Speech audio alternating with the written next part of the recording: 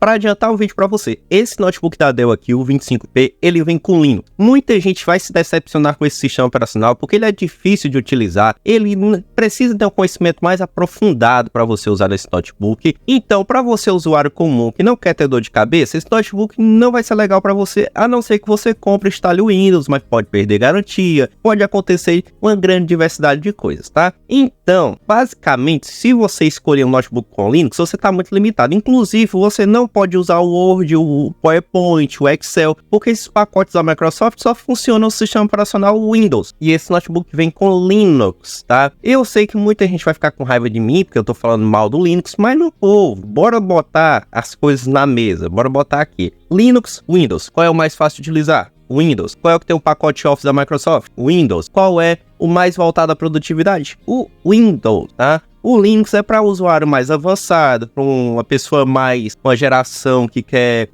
fazer algo novo, quer utilizar um sistema novo, um sistema diferenciado. Aí ele utiliza o Linux. Outra coisa também, notebooks que vêm com Linux, geralmente nem é para a pessoa usar com Linux. Esse notebook que vem com Linux é para vir mais barato, porque o Windows é caro. Vai fazer uma diferença de R$400 no notebook, o notebook sai bem mais barato com o sistema operacional Linux, que é gratuito, certo? Já adiantei o vídeo para vocês, tem gente que vai ficar com raiva, tem gente que vai me amar porque eu avisei isso, tá? Mas bora agora para a alerta de preço, que eu também não vou deixar de falar do notebook, vou explicar tudo direitinho como eu faço nos outros vídeos. Hoje é 9 de janeiro de 2024, o notebook tá custando na Amazon R$2.819 ou 10 vezes de R$281,90 sem juros. Esse alerta de preço é importante porque caso você esteja vendo esse vídeo no futuro, você vai assimilar se ainda vale a pena comprar ou não, dependendo do preço que vai estar, né? Agora que eu já falei do alerta de preço, bora começar a análise estrutural do notebook. A gente começa analisando aqui pelas imagens. É um notebook bem bonito, um notebook com aquela carcaça padrão da Dell, muito plástico, essa cor cinza, de certa forma bonito, moderno, combina com atualidade, né? Então podemos ver aqui já de cara traseiro, tem a logomarca da Dell, um notebook bem moderno, ele é bem minimalista em relação a linhas, né? E temos aqui a fronteira, né? A fronteira não, a fronteira. Fala igual o carro, igual nosso amigo aí, muito dos carros, esqueci o nome dele. Bom, aqui na frente do notebook nós temos bordas relativamente finas, mas nem tão finas assim, então não vai prejudicar tanto aqui a resistência dessa tela, né? Mas também vale a pena tomar o cuidado e abrir o notebook da forma correta, que é do centro para cima, assim você não força de um lado e nem outro. Bom, aqui no centro temos um webcam, um LED para indicar se a webcam está acesa ou não, e um microfone. Mas o webcam e microfone de notebook não tem uma qualidade muito boa, inclusive no Linux nem tem aplicativo nativo para você usar a câmera do notebook. Pessoal, é isso aí. Bom, basicamente não tem a qualidade boa, então eu sempre deixo um link na descrição, que logicamente eu ganho uma comissão quando eu vendo, né, a webcam e etc, mas não é por isso que eu deixo ela na descrição, tá? Eu gosto muito de oferecer produtos bons. É uma webcam de boa qualidade, de uma marca confiável, que é a Logitech, e ela tem servido bem para mim nos últimos anos. Eu acredito que vai ser útil para vocês que precisam de uma webcam. Também não vai comprar essa webcam só porque ela é boa, tá? Porque talvez ela nem seja tão útil para você. Webcam é útil para quem? Principalmente notebooks, para quem faz muita chamada de vídeo, para quem grava muito áudio, para quem é professor que dá aula com notebook, aí sim vai fazer sentido você comprar um webcam. Se não, fica com a notebook mesmo que vai dar conta, uma vez ou outra que você vai usar ela, né? É melhor do que gastar dinheiro à toa. Bom, aqui tem umas linhas aqui para proteção do fechamento da tela e aqui na frente não dá para ver mais muita coisa a respeito do notebook, então a gente passa a imagem aqui. Tem um teclado, um mesmo teclado padrão da Dell, dos outros notebooks da Dell, então nós vamos ter aqui os mesmos pontos negativos e positivos de outros notebooks da Dell que eu já trouxe aqui no canal. Aqui no teclado a gente tem as teclas multimídia, tem um teclado cedilha, padrão brasileiro, que é um ponto positivo, né? Já vem tudo arrumadinho para você usar, mas tem um botão de ligar no teclado, e isso pode gerar um certo desconforto, principalmente no Linux, tá? Pessoal, eu não queria tanto assim esculhambar o Linux não, mas tudo bem. Bom, esse botão de ligar no teclado, pode ser que você esteja digitando algum trabalho ali em algum software de escritório que não é da Microsoft porque você está usando um Linux, então você está usando o LibreOffice, não sei, talvez você até goste do LibreOffice, né, que é gratuito, e sem querer você aperta nesse botão de desligar o notebook e o notebook vai suspender, e você muito provavelmente vai perder seu trabalho porque a maioria dos programas do Linux não tem sincronização e salvamento automático, principalmente o LibreOffice, tá? Eu vou tentar falar um pouco menos mal do Linux, tá? Pra gente dar continuidade aqui. Eu vou tentar não alfinetar tanto, mas Para você configurar esse botão, você vai ter que ir lá no console, baixar um apt-get para você conseguir configurar na distro do Linux para quando você apertar nesse botão ele não desligar. No Windows você ia fazer o quê? Opções do botão de desligar. Suspender? Não acontecer nada? Sim, basicamente. Então isso vai ser um ponto negativo, principalmente porque o sistema é Linux, você precisa ser um usuário mais avançado para você saber como é que você desativa esse botão, como alterna a função dele. Basicamente, dando continuidade para pontos positivos, que nem tudo também é negatividade, nós temos aqui um teclado rebaixado que facilita a sua digitação, você consegue apoiar a sua mão na base do notebook, seus dedos vão ficar mais baixos, fica mais ergonômico de digitar, mas ainda tem ponto negativo aqui. Agora não é mais tanto em relação ao Linux, é a estrutura mesmo, que a gente tem aqui dobradiças de cantos, e esse tipo de dobradiça tem uma facilidade muito maior de quebrar, principalmente se você usa e abre o notebook, abre e fecha da maneira incorreta pelos cantos, que além de prejudicar a tela, também prejudica esse tipo de dobradiça. Com o passar dos anos, ela vai se tornando mais frágil, podendo vir a quebrar. Não significa que todas vão quebrar, mas elas têm uma facilidade maior para quebrar. Em contrapartida, o fato de ter esse tipo de dobradiça, o notebook tem uma saída de ar aqui na frente, né, para a ventilação, saída de ar quente. Isso é um ponto positivo, porque vamos supor que você tem carregador, pendrive conectado nas laterais do notebook, e se essa saída ficasse nos lados, ia sobreaquecer esse tipo de equipamento. Aqui não. Ela joga o ar lá para frente, não vai afetar nada, né? Então é bem melhor nesse sentido. Passando essa imagem aqui, o touchpad não tem o que falar, um touchpad grande padrão Dell tem uma boa qualidade, né? Vamos aqui. Temos aqui uma visualização melhor da webcam, do LED do seu microfone, um povo bonito aqui na tela, né? Mas isso aqui é uma imagem editada. Isso aqui não é a tela real do notebook, tá? Mas a tela é boa, mas não vai desconfiar dessas imagens assim, não. Bom, temos uma moça bonita carregando aqui o seu notebook da Dell, que diz que tem uma duração prolongada de bateria, mas não diz quanto tempo que dura. Provavelmente no máximo 4 horas de duração, mas provavelmente é menos que isso ainda, né? E agora tem as laterais do notebook, mas antes tem esses pezinhos aqui que a Dell usa, que ergue o notebook quando ele está totalmente aberto. Esse notebook ele abre um pouco mais de 90 graus e ele tem esses pezinhos que vai levantar o notebook um pouco e fica melhor a digitação dele. Basicamente isso é um ponto positivo, com certeza. E aqui a gente consegue ver a abertura um pouco maior de 90 graus, mas bora falar agora das portas desse notebook. Estamos aqui na lateral direita, temos uma entrada para carregador com LED para indicar se está carregando ou não, e temos uma saída HDMI, uma saída muito importante, tá? Principalmente para quem usa com notebook Windows. Para o Linux também funciona, mas no Windows é melhor. Vamos supor aí que você é um professor, que você é um estudante, e você vai ter todo aquele processo de apresentar um seminário, de dar uma aula utilizando o slide, ligando no projetor, no data show, é por meio dessa porta aí que você vai fazer isso, né? E provavelmente aí você usaria o PowerPoint, que é um aplicativo disponível só para o Windows. Tá, tudo bem. Vamos supor agora, vamos esquecer agora o estudante e o professor. Vamos supor agora que você trabalha com contabilidade. A maioria dos softwares contábeis não funcionam no Linux. Pois é. E aí?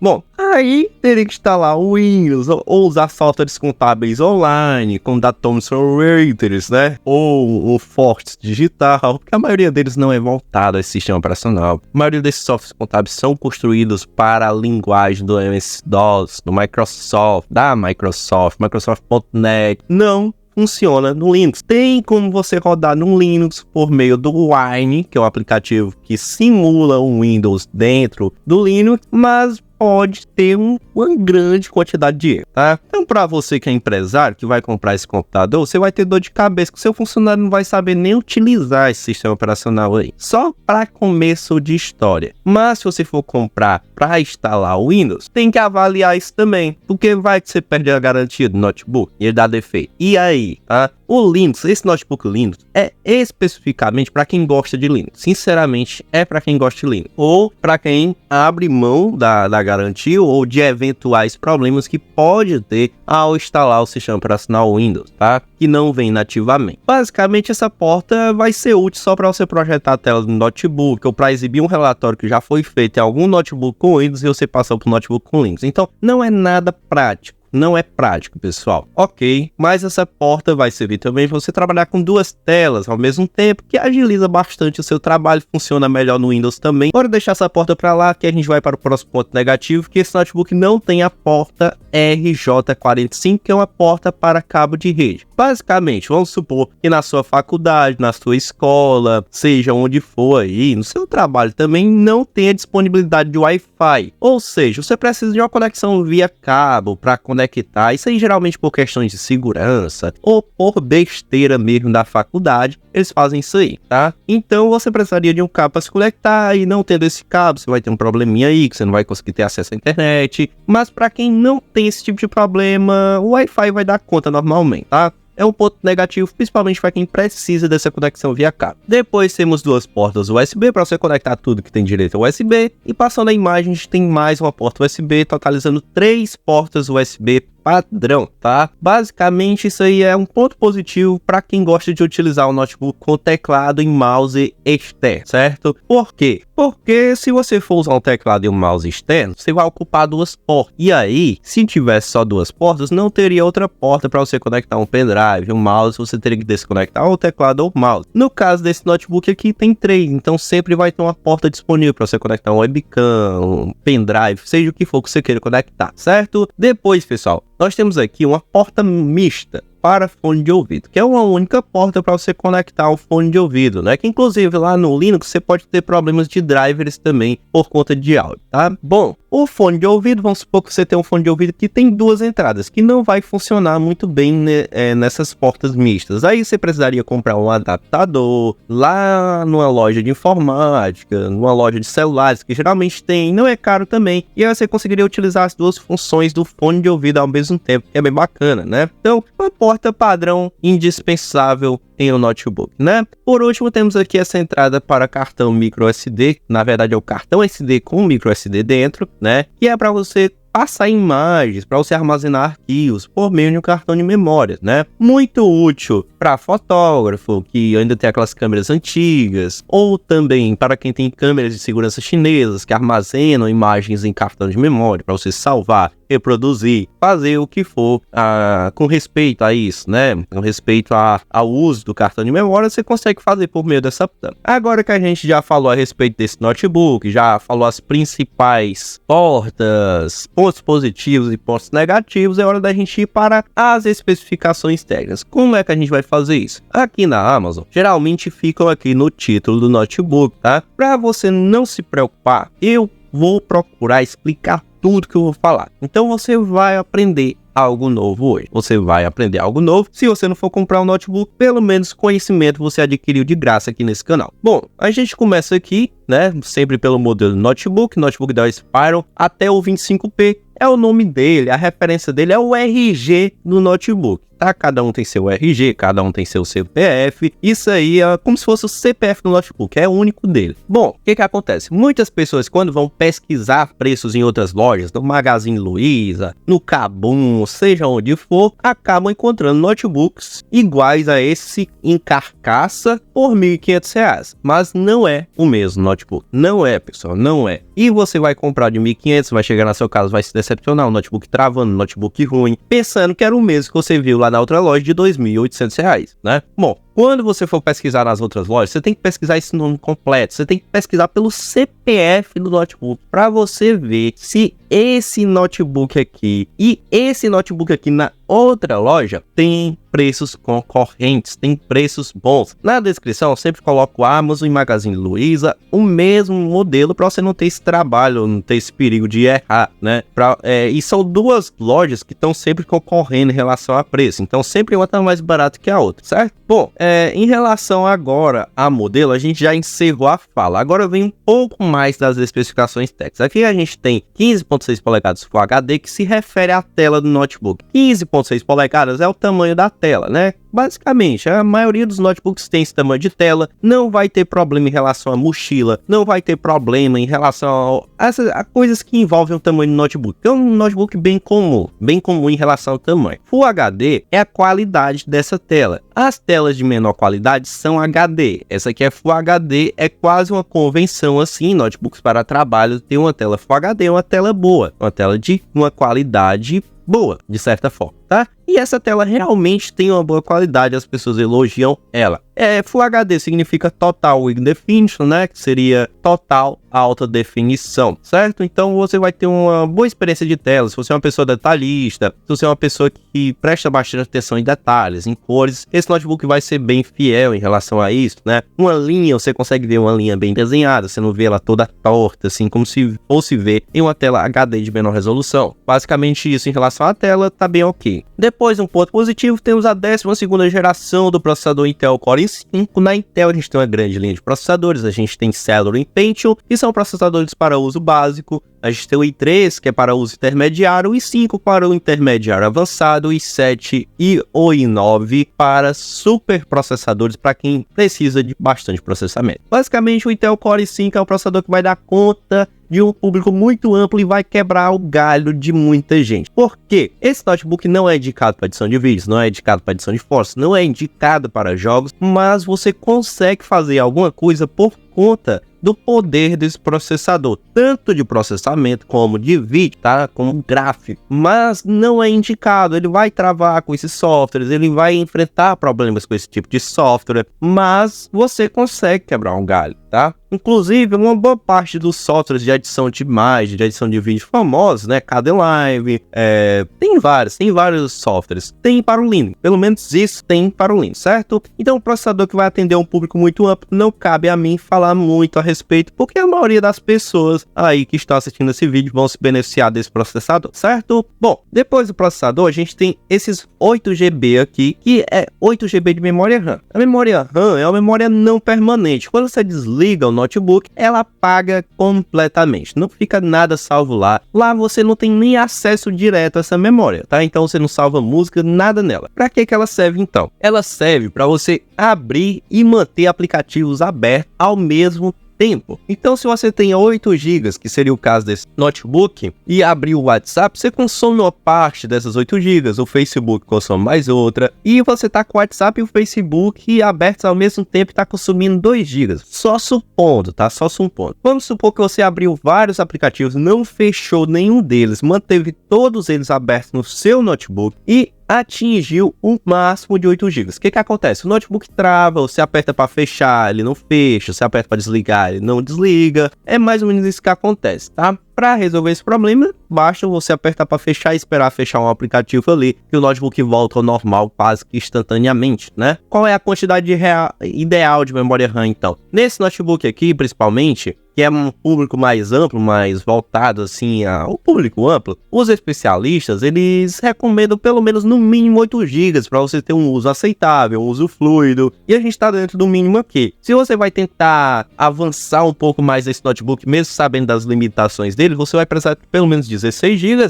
Eu recomendo esse notebook principalmente para um público mais geral, assim, que pelo menos goste do Linux, que não vai ter problema com o Linux, em usar o Linux, mas essas 8 GB vai te atender muito bem em relação ao geral mesmo, né? Até porque o Linux ele consome menos memória RAM do que o Windows, então você tem mais memória RAM disponível para você utilizar. Bom, depois da memória RAM, a gente tem 512 GB SSD, que seria o armazenamento no notebook, né? Então você consegue ter uma grande disponibilidade de armazenamento, que é um armazenamento permanente. Mesmo que você desligue o notebook, vai ficar salvo o que já foi salvo lá, e quando você ligar novamente vai estar tudo disponível para você usar. Ele é onde você salva foto, músicas, vídeos, e você tem um acesso direto a ele, né?